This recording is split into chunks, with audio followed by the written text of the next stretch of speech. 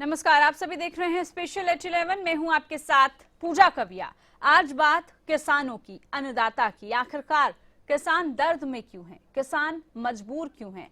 क्यों किसान को बार बार इस तरह से परेशान किया जाता है और क्यों किसान बार बार चेतावनी देता है और ये कहता है कि अगर सरकार नहीं मानी तो आंदोलन के लिए तैयार हो जाइए।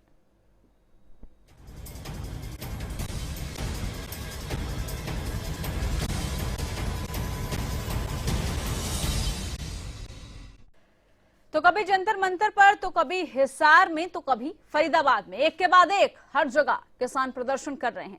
अपनी आवाज सरकार तक पहुंचाने की पूरी कोशिश में जुटे हैं, अपनी मांगों को सामने रख रहे हैं। लेकिन हालात, मांगे और कोशिश, किसी में भी कामयाबी किसानों को नहीं मिल पा रही। शायद यही वजह है कि किसान प्रदर्शन का रुख अख्तियार कर रहे हैं, नारेबाजी कर रहे हैं, लेकिन सरकार को उपलब्धियां गिनवाने से फुर्सत नहीं मिल रही। तो विपक्ष राजनीतिक रोटियां इसमें सेकने में लगा हुआ है और अपनी राजनीति चमका रहा है। ऐसे में क्या किया जाए? कब तक प्रदर्शन किया जाए? किससे मदद की गुहार लगाई जाए? ये तमाम सवाल हैं और आज इन्हीं सवालों को लेकर जवाब तलाशने की कोशिश करेंगे, क्योंकि किसान को लेकर राजनीतिक रोटियां सब सेकते हैं, एक वोट बैंक के तहत सब देखते हैं, लेकिन जब बात किसानों की मांगों की आए, जब बात किसान के प्रति अपनी जिम्मेदारियों की आए, तो शायद सब दो कदम पीछे हट जाते हैं। इसीलिए बेबस किसान, लाचार किसान कभी आत्महत्या करता है, तो कभी भूख हड़ताल करता है, तो कभी आंदोलन करता है। पिछले दिनों की ही बात है, जब मध्य प्रदेश में जो कुछ भी हुआ हमने देखा। उसके बाद कर्ज माफी की आवाज चौतरफा आने लगी। खासतौर पर जहां जहां पर बीजेपी की सरकार है, वहां वहां पर यह नारा बुलंद हुआ किसानों की तरफ से कि आप जो हमारा कर्ज है उसको माफ करें। अब कुछ ऐसी ही स्थिति प्रदेश में भी दिख रही है, क्योंकि हरियाणा की बात करें तो यहां पर कर्ज मुक्ति यात्रा के नाम से फरीदाबाद से ये यात्रा शुरू होगी। 10 दिनों की यात्रा रहेगी, जिसमें डीसी को ज्ञापन सौंपा जाएगा। साथ ही 9 अगस्त को सीएम को किसान भी ये सब करेंगे, सीएम को ज्ञापन देंगे। सबसे पहले हिसार की बात करें तो हिसार में अखिल भारतीय किसान सभा ने अपनी मांगों को लेकर प्रदर्शन किया था, जिसमें कई जिलों के किसानों ने हिस्सा लिया था।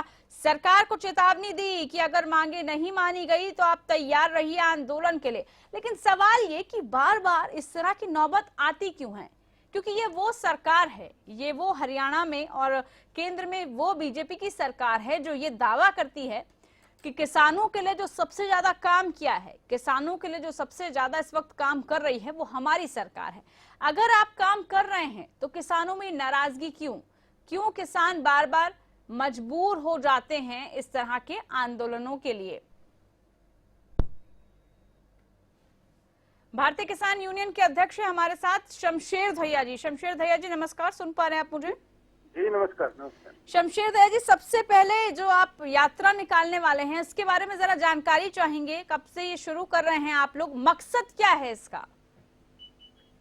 यात्रा हमारी अब थोड़ी देर में फरीदाबाद से सेक्टर 19 से शुरू हो जाएगी और यहाँ पर डीसी साहब को मांग पत्र सौंपते हुए पूरे हरियाणा में गुजरेगी जी। और 6 अगस्त को ये मुख्यमंत्री निवास चंडीगढ़ पर हम मांग पत्र देंगे। यहाँ जो भी मांग पत्र जिलों में दिए जाएंगे वो सारे माननीय राष्ट्रपति जी को दिए जाएंगे और मुख्यमंत्री को जो है हम रूबरू होकर के मांग पत्र देंगे। ठीक है। और इसमें प्रमुख जो मांग है हमारी, हाँ। जो कर्जे को लेकर के है, कई स्टेटों ने कर्जा कुछ माफ किया है, लेकिन हरियाणा सरकार ने बिल्कुल मना कर दिया। अच्छा शमशेर जी, इसी को लेकर मेरा आपसे सवाल है, हरियाणा के किसानों को जरूरत क्यों है? अगर कर्ज माफी वो चाहते हैं, क्यों जरूरत है उनको? किस तरह का कर्ज है उन पर? किस तरह की मजबूरी में वो जी रहे हैं कि उनके कर्ज को सरकार माफ करे? ये मांग आपकी माने आखिर क्यों? बिल्कुल, मैं उसका जवाब दूंगा। एक्चुअल में जो फसलों का मूल्य हमें लाभकारी मूल्य मिल नहीं रहा है, हर बार हर समय पे जब भी फसल आती है तब भी कुछ न कुछ किसान को नुकसान दे करके जाती है। ठीक है। बिल्कुल पूर्ण रूप से खेती जो है घाटे का सौदा बन गई है। सरकार ने जो स्वामीनाथन के तहत जो लागत प्लस 50% मार्जिन लाभ देने का जो वादा किया था, उससे सरकार बिल्कुल मुकर चुकी है। इसलिए सरकार में किसानों में नाराजगी है और इसी चीज को लेकर के हम इस यात्रा को निकाल रहे हैं। ठीक है, लेकिन ये वो सरकार है जो सबसे ज्यादा दावा करती है कि हम किसानों के लिए बहुत कुछ कर रहे हैं, अगर कर रहे हैं तो वो किसानों तक क्यों नहीं पहुंच रहा? इस पर फिर चर्चा करेंगे, उस पर चर्चा बिल्कुल, करेंगे। बिल्कुल। शमशेर जी, आपके पास आऊंगी मैं। एक रिपोर्ट हम जरा दर्शकों को दिखाना चाहेंगे पहले कि आखिर है क्या, क्या वो मजबूरियां हैं किसानों की जिसकी वजह से वो बार बार आंदोलन करने की चेतावनी देते हैं, धमकी देते हैं। मांगे उनकी कौन कौन सी है, इस पर एक नजर डाल लेते हैं, उसके बाद डिटेल में चर्चा इसी बात को लेकर कि अन्नदाता आखिरकार कब तक परेशान रहेगा।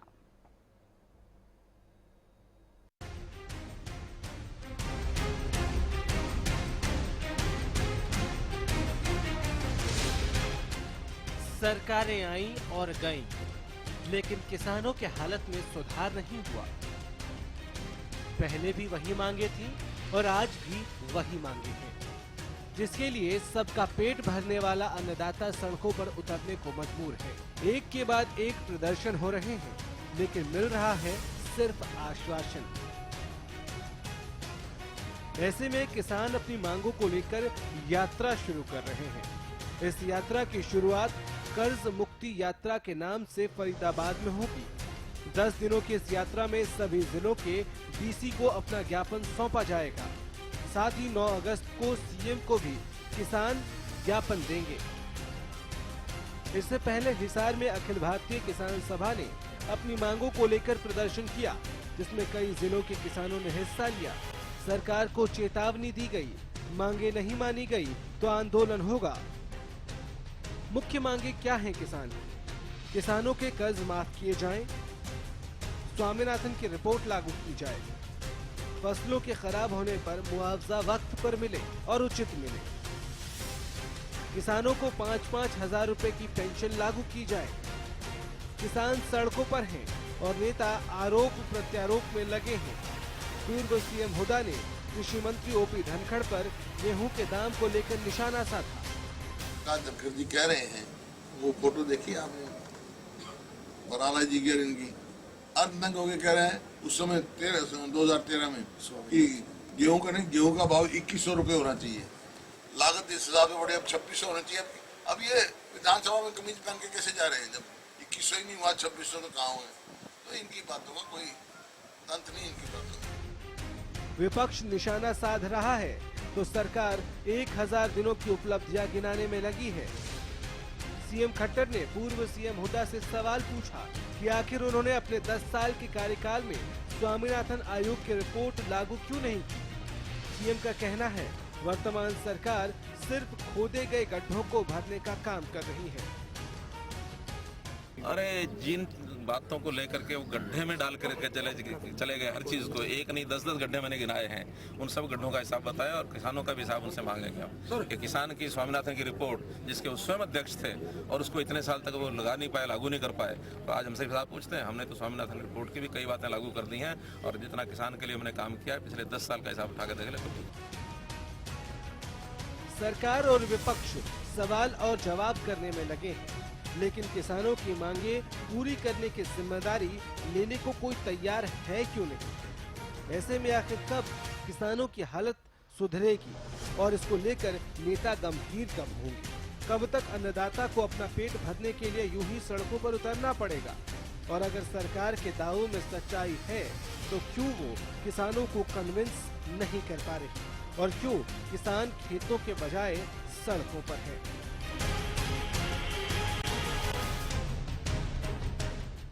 Bureau report, Haryana news.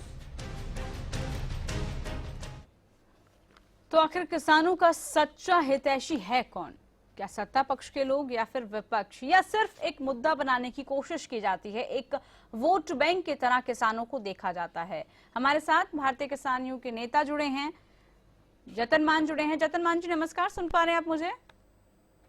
हाँ, बहुत कम आवाज सुनाई दे रही है। हाँ बोलिए जी। रतनमान जी, यात्रा कर्ज मुक्ति की शुरू हो रही है, यात्रा का एजेंडा क्या है वो भी हम समझ रहे हैं, लेकिन क्या वाकई में बीजेपी की सरकार जो दावे कर रही है किसानों के हितैषी होने के, वो असल मायनों में सही नहीं साबित हो रहे, या फिर ऐसी दिक्कतें हैं किसानों को जिनके लिए उनको अब सड़कों पर उतरना पड़ रहा है? देखिए, जो किसानों की जो समस्याएं हैं, कोई सी किसी भी पार्टी की सरकार हो, हमेशा हमारी समस्याओं पर हर राजनीतिक दलों ने राजनीति की है ठीक। और किसान को हमेशा वोट बैंक के लिए प्रयोग किया जाता रहा है, इनकी समस्याओं पर राजनीति की जाती रही है।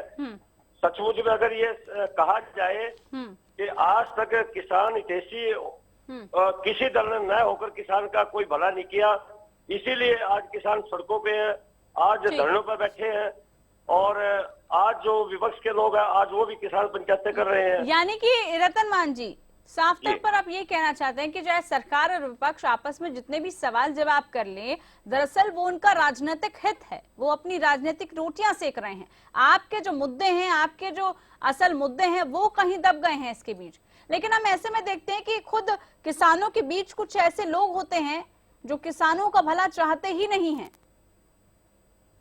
हाँ बिल्कुल आप सही कह रही हैं।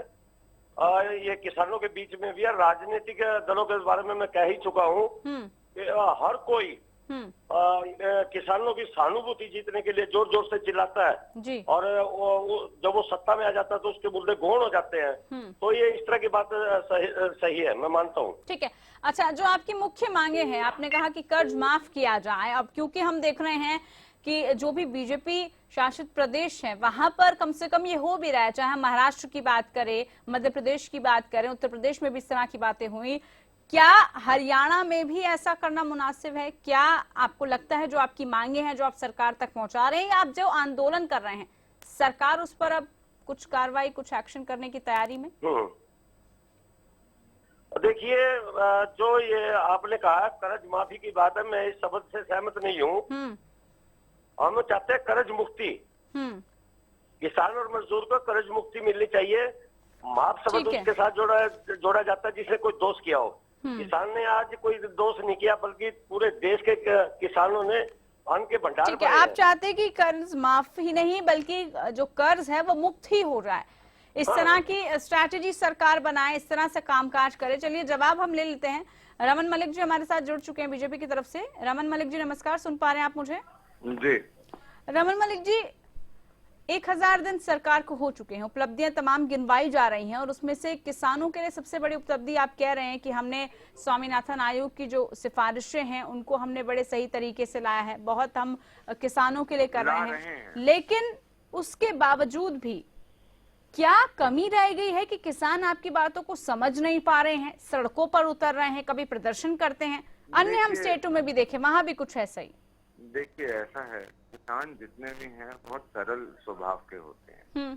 किसान के नाम पे राजनीति करने वाले उनको बड़गलाते हैं और उनका मिसयूज करते हैं। एक विषय तो ये है। दूसरा विषय ये है, किसान जो गरीब किसान है, जिसकी आय कम है, जिसकी जमीन कम है, उसके साथ जिस प्रकार से गत वर्षों के अंदर उसके ऊपर ध्यान नहीं दिया गया, उसको मिसयूज करा गया, एक बहुत बड़ी वजह वो भी है उसकी फाइनेंशियल प्रॉस्पेरिटी ना होने की। किसानी जो है मूलतः जिस प्रकार से इस देश के अंदर उसका इंफ्रास्ट्रक्चर होना चाहिए था, वो गत सरकारों ने नहीं बनाया। ये सरकार पूरी तरीके से किसानी को दोबारा रीएस्टैब्लिश कर रही है। उसके साथ साथ सबसे बड़ी बात, आज आप जिस प्रिंसिपल पे चल चुके हैं, स्वामीनाथन जी ने भी यही कहा और बड़े बड़े जो किसान नेता रहे और किसानों के हितैषी रहे, उन्होंने भी ये कहा, कर्ज मुक्ति जो है या कर्ज से आजादी जो है, उसकी दो बड़ी वजहें हैं जो वो किस लिए फायदेमंद नहीं है। एक तो जो नेशनल इकोनॉमिक पॉलिसी है, अगर आप उसके संदर्भ में देखें तो कर्ज माफी किसी भी तौर से फायदेमंद किसी भी स्टेज में नहीं है, चाहे वो व्यवसायों की हो या किसानों की हो या किसी की भी हो, क्योंकि एक सिस्टम में ये धारणा आ जाती है कि अगर आप कर्ज लेंगे तो भी कोई वापस लेने की जरूरत नहीं है। दूसरी चीज जो है, जो किसानों को एजुकेशन देनी चाहिए थी कि आप जो कर्ज ले रहे हैं वो किस तरीके से इस्तेमाल होना चाहिए। उनके कर्ज लेने के समय उनसे जिस तरह से घूसखोरी के थ्रू पैसा लिया जाता था गत सरकारों के बीच। रमन जी, बिल्कुल आपने जो बातें रखी उनके ऊपर कंपाइल कर ठीक है, वो ठीक है, ठीक। लेकिन किसान ये मान के चल रहा है आज कि एग्रीकल्चर का जो काम है वो फायदे का सौदा नहीं है, ध्यान हट रहा है वहां से। यही तो सवाल है, यही हम आपसे पूछ रहे कि क्यों ये नहीं जो है? नेता बने हुए हैं जागरूकता की किसानों कमी है। के, हाँ। क्या किसानों के ये जो नेता बने हुए हैं, इन्होंने कभी ये आवाज उठाई, कभी ये आंदोलन उठाया, कभी ये विषय उठाया कि क्यों किसानी फायदेमंद नहीं हो रही है? ठीक है, हम जरा जवाब नहीं ले लेते उठाया, हैं। उसकी वजह रमन जी लीजिए, जवाब लेते उसके हैं। बाद जब हाँ। लीजिएगा उनसे। जी। मेरा सिर्फ इतना कहना है कि जब कमर्शलाइजेशन, जब कॉर्पोरेटाइजेशन, जब ये जो डेवलपमेंट के नाम पे जमीन की खरीद फरोख्त करके, जैसे हरियाणा के अंदर अगर आप लें, खुदा सरकार ने करी, किसानी गुड़गांव के आसपास बिल्कुल खत्म हो गई, ठीक। ऑलमोस्ट एंड पे है। मेरे को ये बताइए, आज के समय में 1 एकड़ में अगर आपके पास 1 एकड़ रह जाती है जमीन, उसके पास आप करोगे क्या? क्या करोगे? जब ठीक है, आपने उन्हें जवाब लेते compensation हैं। दी और ठीक है, उनको ये ज्ञान ही नहीं दिया कि उसको पैसा कैसे इन्वेस्ट कर। ठीक है। रमन जी, रतन मान जी हमारे साथ जुड़े हुए हैं। रतन मान जी, आप हैं? रतन मान जी, सुन पा रहे हैं आप?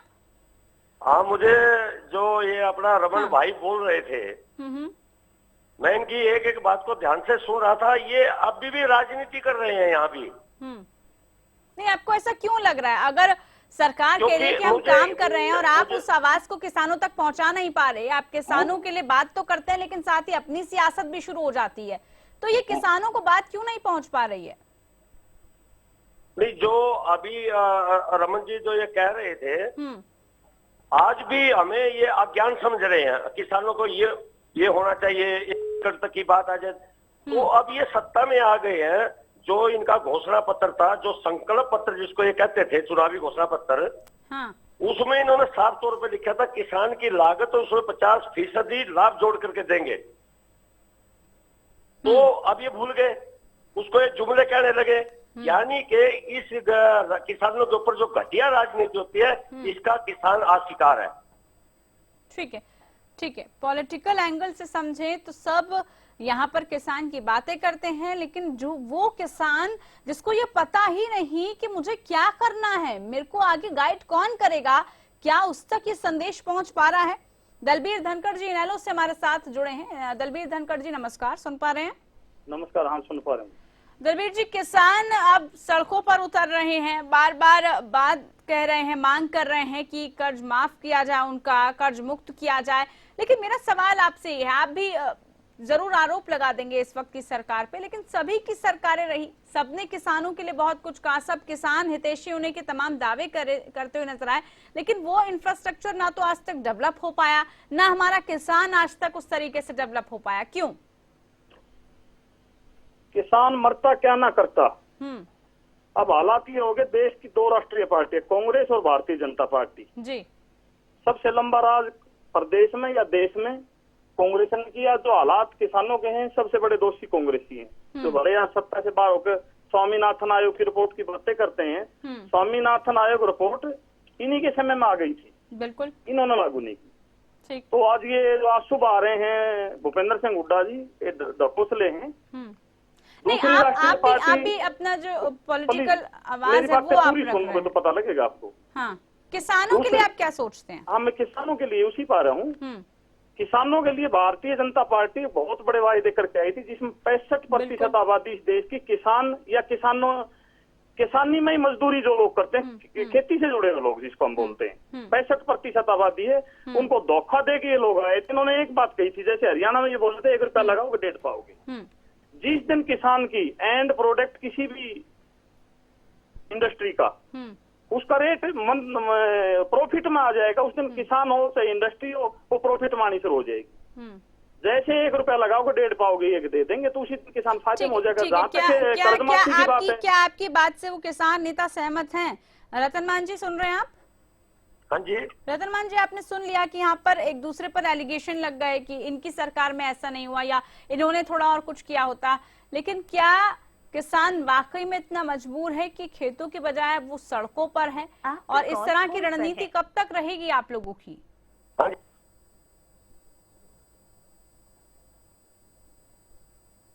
चलिए, शायद संपर्क नहीं हो पाया उनसे। रमन मलिक जी, आपके पास यहाँ पर आना चाहूंगी, सुन रहे हैं आप मुझे? मैं एक सवाल आपसे भी और इन बुद्धिजीवियों से भी और टीवी के माध्यम से सुन रहे हर एक व्यक्ति से पूछना चाहता हूँ। एक कुछ महीने पहले ऐसा समाचार आए थे कि सड़कों के ऊपर टमाटर फेंक दिए गए थे, 1 रुपया किलो बिक रहे थे, शायद 50 पैसे किलो भी बेचे, और तब किसान त्राहिमाम रो रहा था। आज वही टमाटर अभाव में बारिशों के कारण जिस प्रकार से भी आज 100 रुपए जब बिकता है तो भी उस किसान के पास जा रहा है। मैं ये समझना चाहता हूँ कि किसी भी, ये भी एक व्यवसाय है, किसानी भी एक व्यवसाय है। हाँ। क्या व्यवसाय में ऊपर और नीचे की चीजें नहीं होती हैं? आज जब 100 रुपए किलो टमाटर बिक रहा है, जिस समय 1 रुपए बिक रहा था तो त्राहिमाम बिल्कुल सही था। क्या आज जो 100 रुपए बिक रहा है, क्या उसमें जो नॉर्मल जनता खरीदती है उस टमाटर को, क्या उसको त्राहिमाम करके सड़क पे आ जाना चाहिए? एक छोटी सी ये प्रतिक्रिया accept चाहूंगी करना रमन जी, चाहिए कि जी वक्त कम है मेरे पास। एक छोटी सी प्रतिक्रिया जल्दी से। अब ये जो यात्रा निकल रही है कर्ज माफी को लेकर, मुक्ति को लेकर, क्या इसमें जो मांगे हैं सरकार उन मांगों को फिर से सुनने के लिए तैयार है? देखिए, सरकार हर उसके लिए तैयार है जो व्यक्ति शोषित है, वंचित है, पीड़ित है। लेकिन अगर कोई एक दल, एक समुदाय, एक ऑर्गेनाइजेशन अगर मिलके सरकार के ऊपर प्रेशर बनाना चाहे कि जी हम तो ऐसी राजनीति करेंगे और इनके नाम पे राजनीति करके अपना उल्लू सीधा करेंगे, तो उनको की करना भी सरकार को आता है और सरकार करेगी। लेकिन जन हितैषी काम में बिल्कुल नहीं रुकेगी काम करने के लिए। वो तो सरकार तैयार है, अगर आपकी जो मांगे हैं वो जायज है, सरकार उनको सुनेगी भी और उनको मानेगी भी, उनको इम्प्लीमेंट भी किया जाएगा। बहुत शुक्रिया आप मेहमानों का। रमन मलिक जी आप हमारे साथ जुड़े, दलबीर धनखड़ जी आप हमारे साथ जुड़े। बहरहाल सवाल फिर वही कि किसान अब जो सड़कों पर है, क्या सरकार इनकी आवाज को सुनेगी? क्या वाकई में सरकार ये दम रखती है कि किसान जिन मांगों को लेकर बार बार उतारू हो रहा है आंदोलन के लिए, वो आंदोलन खत्म हो सके और कम से कम हमारा अन्नदाता जिसको हम सबसे ज्यादा मानते हैं उसके लिए सरकार कुछ कर सके? इसी के साथ इस खास पेशकश में इतना ही। नमस्कार।